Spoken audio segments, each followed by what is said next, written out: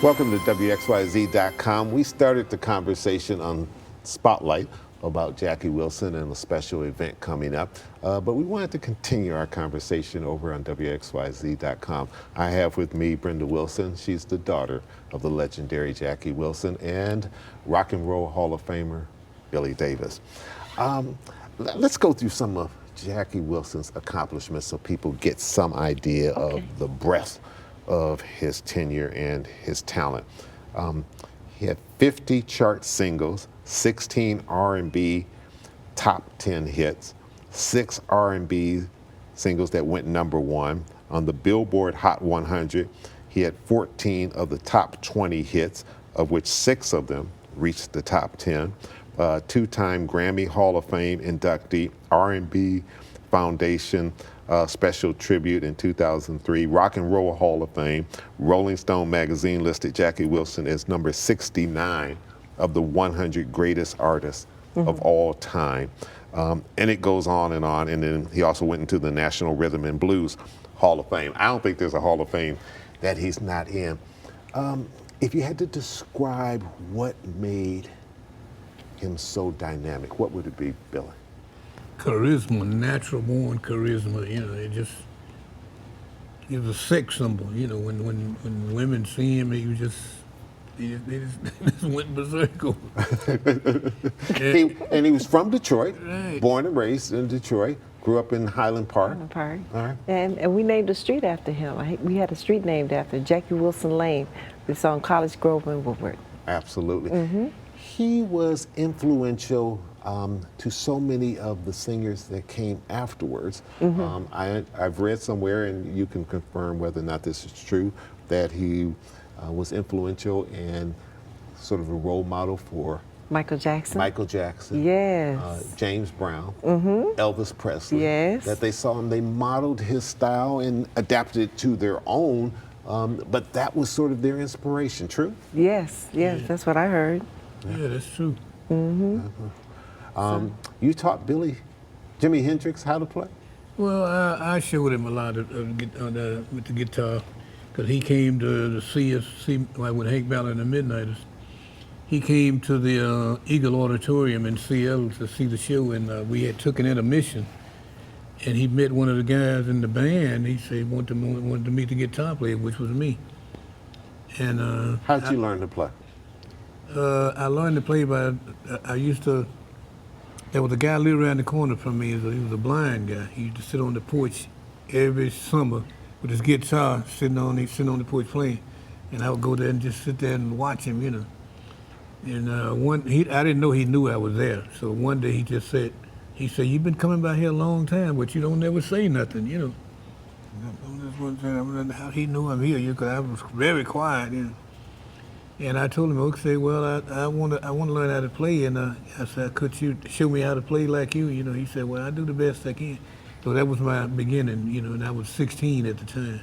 Wow, that was a long time ago. And you've been playing about 70-something years, you probably told me at least. Since 1954. 1954. Wow. One thing I noticed is how much all of these singers were connected, whether it was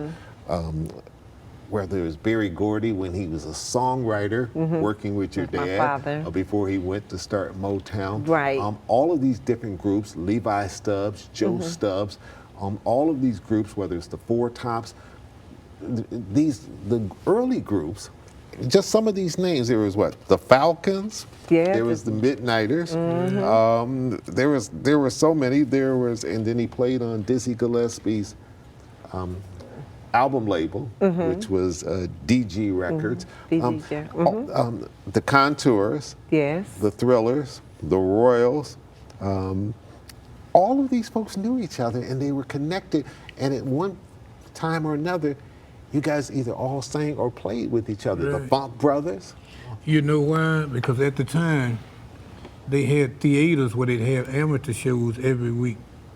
So everybody, all of the people that made it big went to those shows on amateur night, you know. Like the Warfield Theater, the Warfield and then I was told like Little Willie John Right. and Daddy and Levi Stubbs. Each week they would pick which one is going to win. the show. You know, they would Right. do the amateur shows like that each week, you know. So, you know, they all knew each other. And Levi Stubbs and Jackie Wilson were cousins. That's right. That's right. Yeah, Cousins, they too. was family. Your dad died at 49, Yeah. just short of his 50th birthday. Even though his father lived to be almost 80, and his mother lived a nice age as Yeah, well. they all did. But I read and confirmed that this is true, that part of it was he probably had hypertension and high blood pressure, and that he used to take salt tablets and drink a lot of water so that he would sweat on stage because the girls would get excited when they would see the sweat. I don't know. Is that a true story, or is that just one of the... I have no I've idea. heard that, but I've never known. Okay, known it to be- that just may be one of those legendary rumors out there. I think so, yeah. He did Yeah. have a heart attack on And stage then in he New hit his Jersey dad. doing one of the Dick Clark Split- Rock and Roll reviews. Right, and he hit his head. So when he was comatose for 9 years, and he stayed in a coma all that time, you know, and then he passed away in January of '84. Yes, he did. And then what makes it so good, when Michael Jackson got his Thriller album, Yes. he dedicated it to Jackie Wilson. Wow. That What was an honor. that was an honor. Yes, Yeah. it is. You know, and another reason why I just wanted to share the reason why I did the Offsprings of Legend, because a lot of people don't know what the legends do, the Offsprings do. Because I had found when I went, a lot of people will say, "Oh, that's Brenda Wilson, Jackie Wilson's daughter." Right. But I have my And own. you're a singer, you're in your own right, yeah. And I'm a 3-time Emmy winner. Right. And a lot of people don't know that. And I'm a show promoter, and I have an ice cream business. I make homemade ice cream. Oh So my there's God. a lot of things You that didn't bring any in today. We'll let you off the hook this time. Okay. So, and I found that a lot of people didn't know, you know, what the legends did, but wanted to know. Right. And didn't know all of them. Some of them they And knew you're about, keeping some they didn't. and you're keeping the The legacy legacy. going, and this is particularly important as we celebrate Yeah, Black History Month, to know what those people did who came before Yeah. this generation of singers. They didn't just pop up. Absolutely. And that it's all connected. Billy, I'm going to give you the final word here. You have such a long history of music, past and present. If you could give some parting words to this generation, so that they understand the legacy that they have and what's sort of expected of them, what would it be? Well, well, you can learn, like say, people like Jackie Wilson, people like they could take read about them, find much about them as they possibly can, and possibly build a career, you know, on their memories of the people that were that great, you know. And respect what they did. Right, Yes. right, Yeah. respect, because Yeah. if they sit down and say, I've had people, much younger people, say, who is that? You know, listen to Jackie Wilson, and I get a video and show them, and they can't believe it.